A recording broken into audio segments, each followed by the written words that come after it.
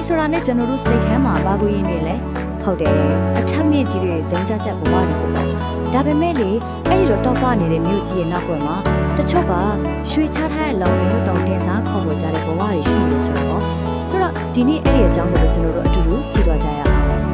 ဟုတ်ပါရဲ့တချို့တော့ဒူဘိုင်းဆိုတာအိမ်မက်မျိုးသားဆိုတော့ဒါမဲ့အဲ့ဒီမှာတကယ်နေပြီးအလုံးလုံးနေတဲ့သူတွေကြောင့်တကယ်အကြီးကိုဘုံကြီးခွေးများသွားနိုင်ပါတယ်အဲ့ကွာဟာချက်ကဘယ်ကနေစတာလဲဘယ်လိုမျိုးကြီးကြုံရလဲဆိုတာကိုအခုပဲဆက်ပြီးလေ့လာကြည့်လိုက်ကြစို့ပထမဆုံးပိုင်းအနေနဲ့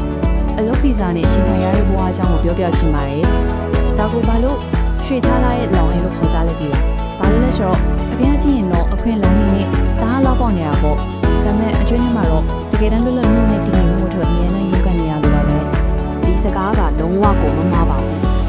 ဒူဘိုင်းမှာအလုပ်ဆိုတာကလေတိုက်ဆက်ရှာဖို့တော့မဟုတ်တော့ဘူးနေထိုင်ခွင့်အိမ်ငါခွင့်ကျန်းမာရေးဆောင်ရှောက်မှုအရာအလုံးတော့ကိုလုံးနေတဲ့အလုပ်ပေါ်မှာနေနေနေတာတနည်းပြောရရင်တော့ကိုယ့်အလုပ်ကပဲကိုယ့်ဘဝတစ်ခုလုံးကိုထိချုပ်ထားတယ်လို့ဖြစ်နေတာပေါ့ဒီမှာကြည့်လိုက်ဒိုမီနိုပြောလဲလို့ပဲအခြေအနေကိုရှင်းရှင်းလင်းလင်းမြင်ရပါလိမ့်မယ်အလို့သာပြောသွားပြီဆိုရင်ဒီစားကအလိုလိုပြတ်သွားရောဒီစားမရှိတော့နေစရာအိမ်ကလည်း15လို့မရတော့ဘူးအဲ့ဒီနောက်ဆက်တွေကတော့ကိုတီဆောက်ထားတဲ့ဘဝတစ်ခုလုံးစုပ်ထုံမိုးမျိုးဖြစ်သွားနိုင်တယ်ဆိုတော့ဖိအားကကြုံကြည့်ပါလို့အဲ့လိုဖိအားတွေများလာတဲ့အခါဒီထိုင်ကူမှာရှင်တန်ရေးစိတ်သက်ဆိုတာအမြင့်တွေလာတော့တယ်နေ့စဉ်ဘဝမှာစိတ်အေးလက်အေးမရဘူးတက်တောင့်တက်တာဖြစ်ဖို့လို့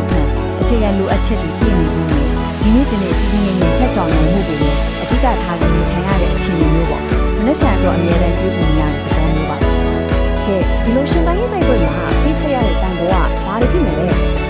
ဲဒုတိယအပိုင်းမှာတော့လူတစ်ယောက်အနေနဲ့ဒီဆိုင်ရတဲ့ရုပ်ပိုင်းဆိုင်ရာရောစက်ပိုင်းဆိုင်ရာတိုက်ပွဲတွေအကြောင်းကိုဆက်ပြီးကြည့်ကြရအောင်45ဒီဂရီစင်တီဂရိဒ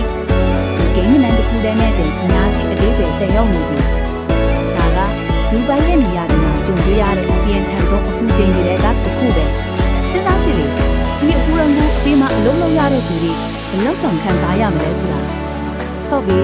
ဘသူတွေကဒီအပူဒဏ်ကိုအများဆုံးခံကြရတာလဲအဓိကကတော့ဆောက်လုပ်ရေးလုပ်သားတွေအစားတောင်းတွေပစ္စည်းတွေလိုက်ပို့ပေးနေရတဲ့ delivery ဝန်ထမ်းတွေပြီးတော့မျိုးကြီးကိုတန်းစင်းလာပအောင်အမြဲတမ်းလှုပ်ဆောင်ပေးနေတဲ့တန်းစင်းဝန်ထမ်းတွေပေါ့သူတို့တို့တော့ဒါကနေတိုင်းကြုံနေရတဲ့အကြီးမားဆုံးရုပ်ပိုင်းဆိုင်ရာစိန်ခေါ်မှုကြီးတစ်ခုပါပဲ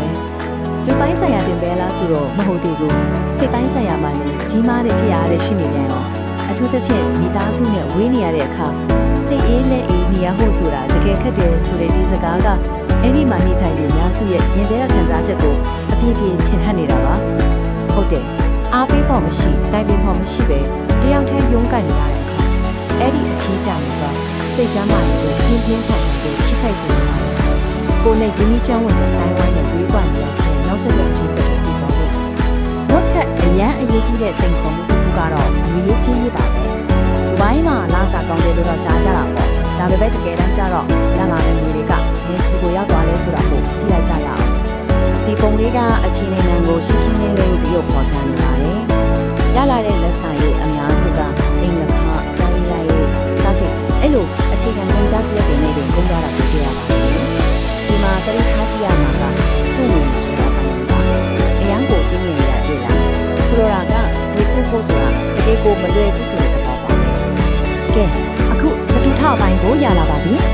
ဒီအပိုင်းမှာတော့စနစ်ရဲ့ PID အကြောင်းဆွေးနွေးသွားမှာပါဒူဘိုင်းရဲ့စီကန်းတွေကတုတ်တင်ကြတဲ့တင်းငယ်တဲ့အမာလီတစ်ခုကတောင်ကြီးမားတဲ့အကျိုးဆက်တွေဖြစ်သွားနိုင်တာကြောင့်ဒီအပိုင်းကလည်းအရန်အရေးကြီးပါလေဒီမှာပြထားတာကိုကြည့်လိုက်ပါသေးသေးဟောဟောအမားတစ်ခုလုံးနေတာလေဒီဆိုင်ရနိုင်တဲ့ကြီးမားတဲ့အကျိုးဆက်တွေကိုနိုင်ရှိပြထားတာပါဥပမာစီကန်းတစ်ခုကိုမတော်တဆချိုးဖောက်မိလို့နဲ့အလုတ်ဆုံးရှုံးတာဒဏ်ခွင့်ဆောင်ရတာနောက်ဆုံးဗီဇာပါပြတင်းခံရတဲ့အချိန်ဖြစ်သွားနိုင်တယ်။ဒီနည်းပြောရရင်အမားလုပ်ဖို့အခွင့်အရေးသိမရှိတဲ့ပုံဝင်ချက်တစ်ခုပေါ့။လုပ်ငန်းခွင်မှာဖြစ်များတဲ့စနစ်ပိုင်းဆိုင်ရာအခက်အခဲတွေကတော့ဗီဇာနဲ့ passport ကိစ္စတွေအလုပ်ရှင်မဲ့ဖြစ်တတ်တဲ့အငြင်းပွားမှုတွေ